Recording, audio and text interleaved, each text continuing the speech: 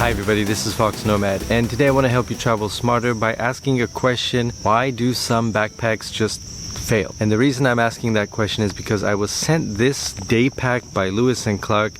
It's their 40-liter Daypack. It was sent to me. They were like, if you like it, feel free to go ahead and try it out and let us know what you think about it. And that was well over a year ago.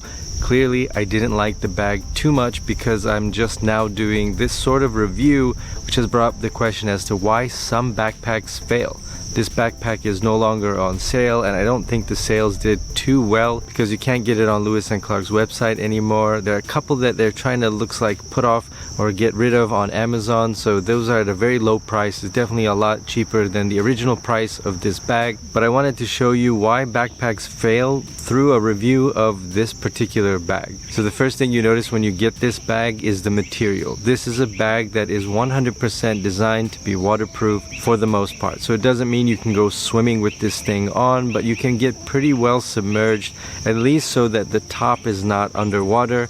Even though it does say that you can get the top closed up so that it's waterproof, you're not going to be able to really use this as a waterproof bag completely. So you can't go diving with this bag, you can't go swimming with this bag, but in a strong downpour, that bag is going to do pretty well to protect your stuff and keep it dry. Now that's a really great feature to have, but this is one reason why a lot of backpacks fail, is because that's a great feature, but a lot of other backpacks have that feature as well. So you can get a backpack with a very thick nylon, like an Osprey bag or some of the other bags I've reviewed. I'll link to those below. But you can get a bag that does a pretty good job of weather and waterproofing anyway, and you don't necessarily need to get a bag that's exclusively designed for that. And if you do get a bag that's exclusively designed to be waterproof, then you really want some other features as well that's going to make it a great bag as well. So as you can see on the back of this bag, the straps are just a complete mess. So you're going to have to do some figuring out, look at the instruction manual, figure out how to adjust those straps, and it just looks really intimidating right out of the box. And if you're shopping online and see something like that, then it's going to be really off-putting. You really want a simple strap system that you find on most common bags. If you're going to deviate so much from a typical backpack, then you're going to really want to make a huge advantage for that trade-off, and in this case it doesn't look like there is one. No matter how good those straps are at distributing weight, it looks complicated, and it's probably going to stop you or prevent you from buying a bag when you see that. So that's the first thing. And the second thing is there's absolutely no internal pockets in this bag at all. So what makes a good backpack is that it does a lot of little things pretty well. There's no perfect backpack. I mean, even if I designed a backpack, I've thought about this a lot. Even if I designed one, I could make one as perfect as I want. There's no such thing as a perfect bag. The bag would be lacking in some areas and be better at others because there's just so many use cases. You don't always use your bags in the same way, and because of that, you want a bag to be versatile. With this Lewis N Clark Daypack, it's a waterproof bag. Like, that's what it is. It doesn't really do anything else. It's not really good at anything else. So if you really need a waterproof bag, then this bag is great.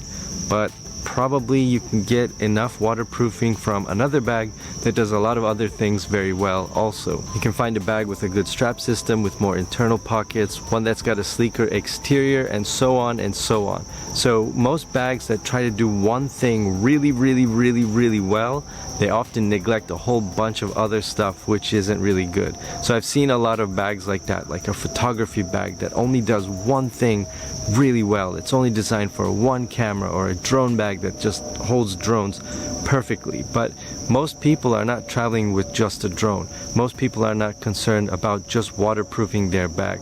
They kind of want the whole package. They want something that's going to be able to do a lot of little things for a lot of different situations very well, and that's one of the main reasons a lot of backpacks like this one fail. Now that isn't to say this is a completely terrible bag. It's got a really large top-loading open wide pocket, so it's great for hiking, especially if you want a bag that's waterproof. There's no internal pocket, so it's basically just like dumping things into a trash canister style. And if you have things at the bottom, you're gonna have to take all the stuff from the top out to get to that stuff in the bottom. It's got this one little front pocket on the front, which is kind of useless. Most of these big bags that have a front pocket, I almost never use them, and when you're traveling, you generally don't keep important things in there, so those pockets are pretty much for aesthetics. If you ask me, I don't think those are very useful, but this bag has that. Aside from that, This bag is not very comfortable to the touch. That's that focus on the waterproofing, and because it's so waterproof, this is a bag that's going to scratch and cut very easily because of the material that it's made of on the exterior. Now the price of this bag has dropped a lot since it came out, but I think if you're going to make a bag that's this specialized, you want to raise the price or maybe put more into the price of the bag. In other words, spend a little bit more to design the bag to do better things, to do a lot more things better, and make the price a little more expensive. Travelers, people are going to be willing to pay to get a better bag if it does the things they want. If you try to cut too much cost, which it seems like this bag might have tried to do, if you try to cut too many costs, you're going to get a bag that doesn't do really a whole lot of anything very well. Maybe has one great feature like waterproofing, and that's pretty much it. So the major reason a lot of backpacks fail is that there is a lack of versatility in the features, that the features that they do have aren't very good, and the bag is a little bit too niche to be useful for a lot of different use cases. And most of us just want to have one or two go-to bags. We don't want a whole range of bags that we're going to use all the time. We want that one bag that's going to do everything that we need it to do, and this bag is really specialized for waterproofing, so it doesn't do a whole lot of things very well. So there you have it. Those are some of my thoughts on why backpacks fail. I see a lot of backpacks show up and then a lot of backpacks disappear because they fail in one of those key areas, mainly versatility or build quality or comfort. In one of those areas, those bags just fail and they disappear. The bags that tend to stay around longest are the ones that are built with a very high quality, ones that are very versatile, and ones that can be used in multiple situations. So sometimes you want to lug around camera gear, and other times you need to lug around a jacket when it's chilly outside, and you want a bag that's going to be able to do both pretty well. So let me know what you think the ideal bag should be.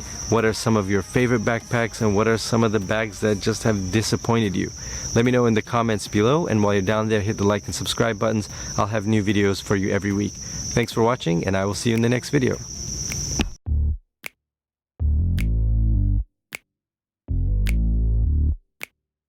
One that's got a more